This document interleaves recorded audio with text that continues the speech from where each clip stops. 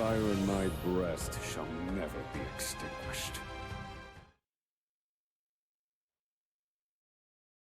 All things in this world have a source.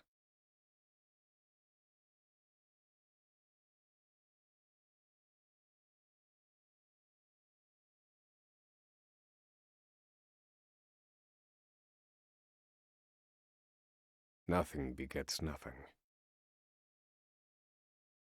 Follow the chain of cause and effect, and it will lead you to the answer you seek.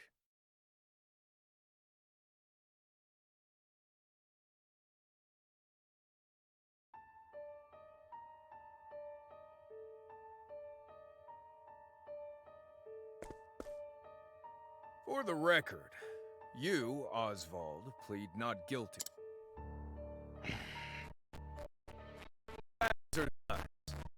Upon extinguishing the fire, the bodies of your wife and daughter were found in the rubble. They were nearly charred beyond recognition. A gruesome sight. I'm sure you agree. Thus, the court accepts, without objection, immolation as the cause of death. However, there is one last inexplicable detail. Nothing one could reasonably consider the cause of the conflagration was found at the scene. Ergo, the fire ought not to have happened at all. Absent the use of magic, that is. You were a scholar of magic, weren't you, Osvald? Is that a mere coincidence? I think not. Having conducted a thorough investigation of the scene, the court holds the following to be true. You, Osvald, were the only one capable of starting such a fire that night. In the sacred name of Alephan the Scholar King, the court hands down the following verdict. Osvald v. Vanstein.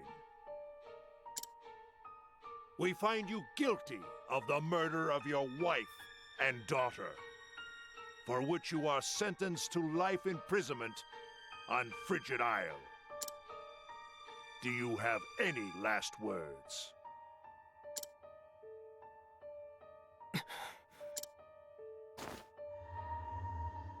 Harvey. The man who took everything from me shall die by my hand. I swear it.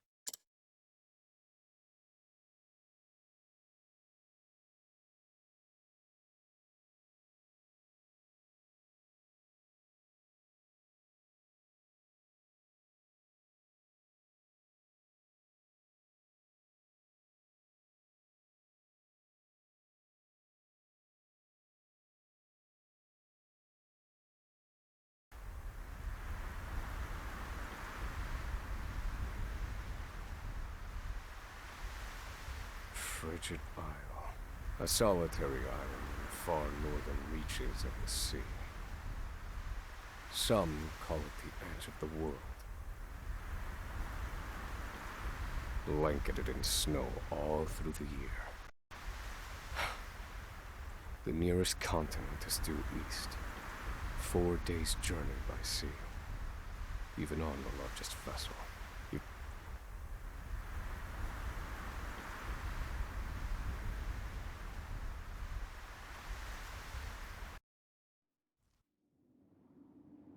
This place holds all mainlanders found guilty of the most heinous crimes. It held over 300 of us at its peak. In its 80-year history, none have escaped. Or rather, I should say, the deplorable treatment of the prisoners ensures that lives end before sentences do. I have survived for 1,879 days. But neither the unforgiving climate, nor the ravages of time, shall extinguish the fire in my breast.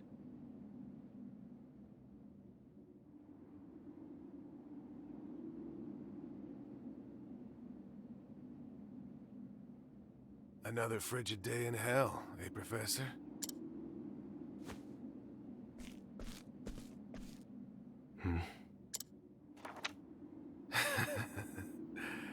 You know what this is? It's your little notebook. It never leaves your hands, does it? Oh, don't look at me like that. I'm only borrowing it. You were quite the scholar, weren't you? Yes, this notebook could be worth quite a lot.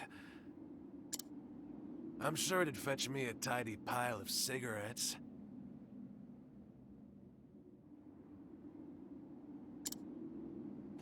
You're welcome to take it back, of course, but you'll have to fight me for it.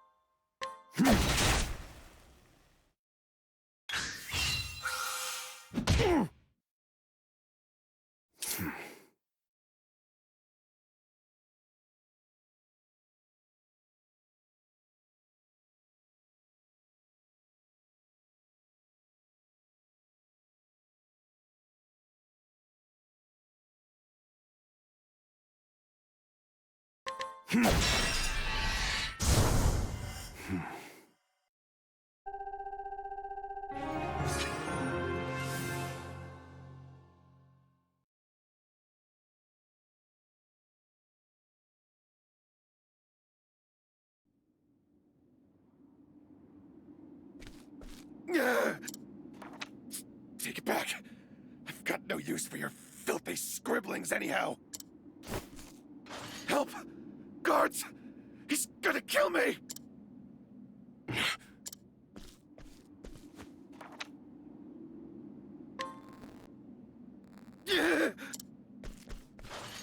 Help! Somebody!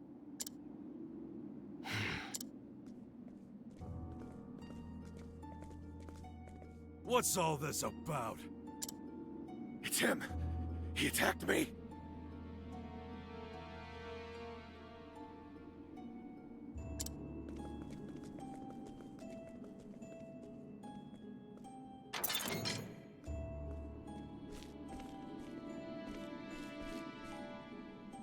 Well, if it isn't Osvald, our magical murderous scholar.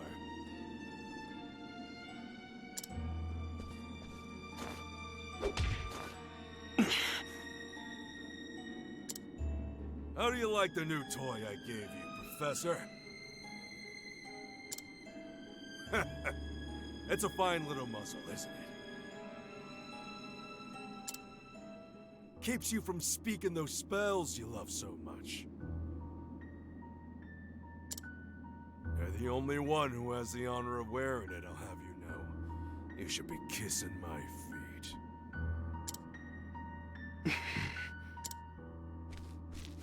What's that look for?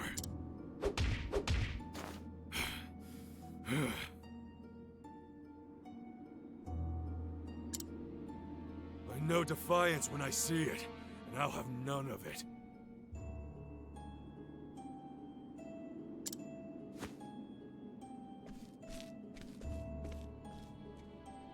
I'd love to hear what you sound like. I really would. When you're begging for your life, that is.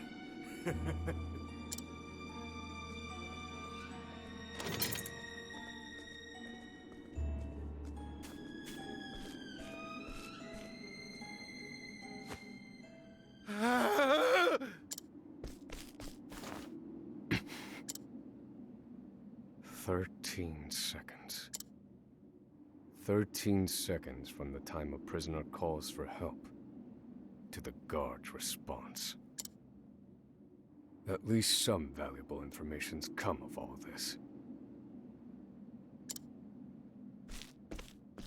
1 warden and 34 guards for 292 prisoners. Over time, I've learned much about the way the prison and the people within it work. And all of that knowledge shall inform my eventual escape.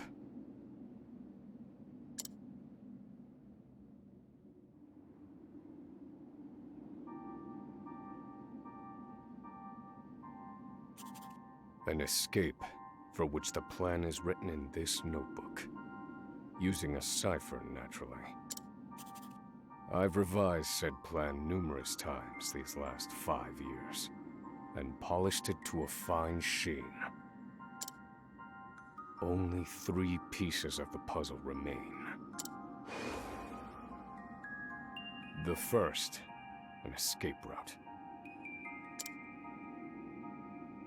For this, I have chosen a passage that leads beneath the prison. This passage is overlooked even by the guards themselves, and it leads directly out of this place. I must conduct a more thorough review of it, and soon. The second, suitable clothing.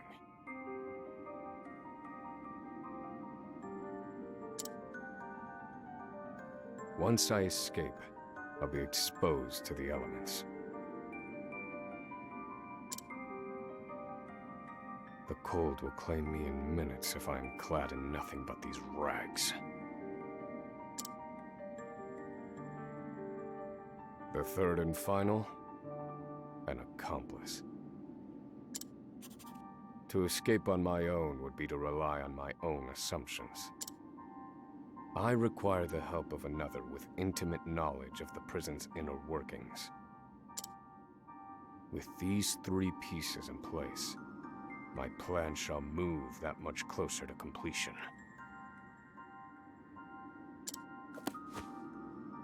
At which point, only its execution shall remain.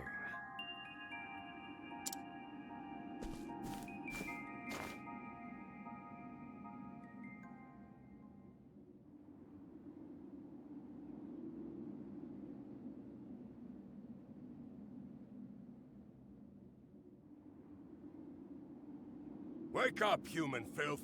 To work with you!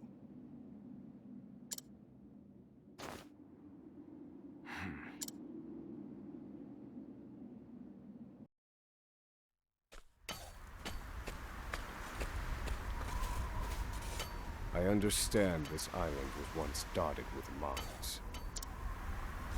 Entire mountains were reduced to rubble for ore, and the prison was built atop the wreckage.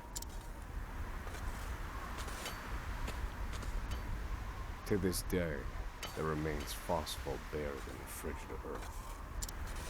It's immensely flammable, and sells for a fair bit of coin. So the prisoners are forced to mine it, and the guards line their pockets with the proceeds. Mine, scum! Keep those hands moving! I said, keep moving! Unless you'd rather freeze to death!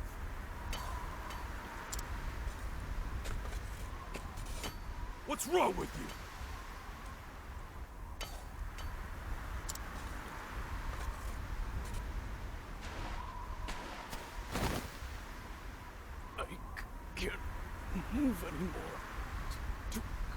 Hold.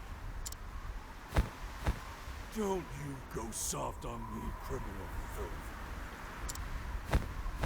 Need I remind you that you were sent here to atone for your misdeeds? So beg whatever gods you serve for forgiveness, and dig, you useless little mole! Your life is worthless compared to the precious phosphor you cleave from the earth. And believe you me, we'd burn you instead if you were anywhere near as easy to set alight. Do you understand? Warden, sir, is already dead.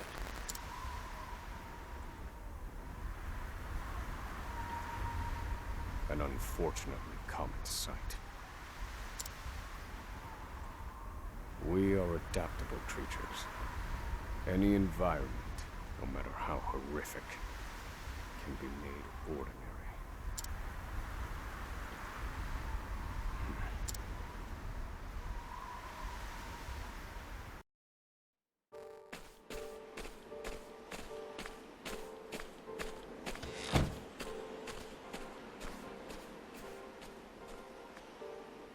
Forced labor is followed by a vanishingly small window of free time. It is in this free time that I review the remaining pieces of my plan.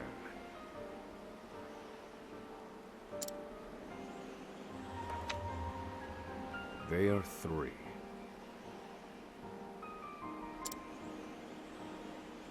The first, an escape route. The prison is as old as it is massive. There are bound to be gaps and awkward seams. Perhaps I can glean a hint or two from someone with intimate knowledge of the island's history. The second, suitable clothing.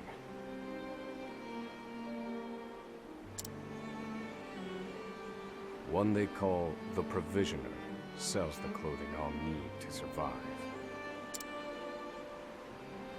But first, I need to find them.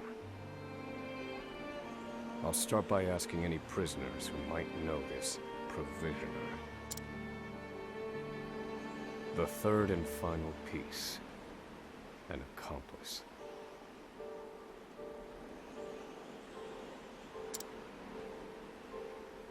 My accomplice cannot be an ordinary prisoner.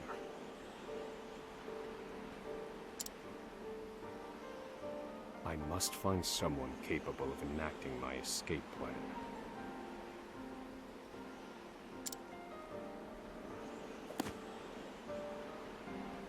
Then all that will remain is the plan's execution.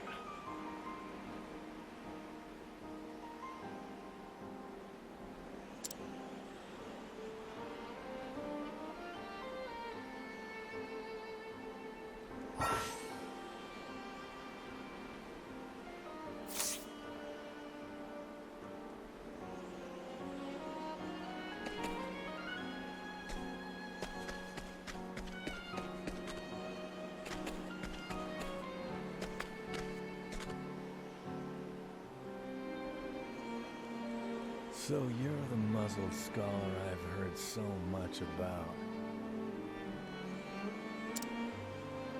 You look like you need something, same as everyone else who comes to see me.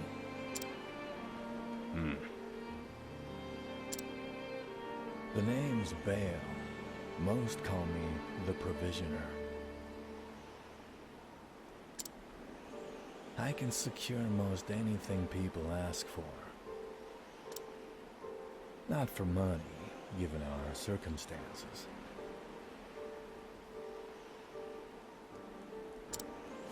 But everyone has something of value on them, if you know what I mean.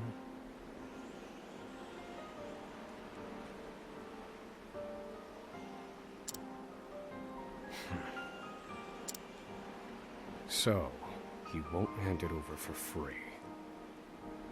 Though, if I can find his weakness, I'd better scrutinize some of the other prisoners.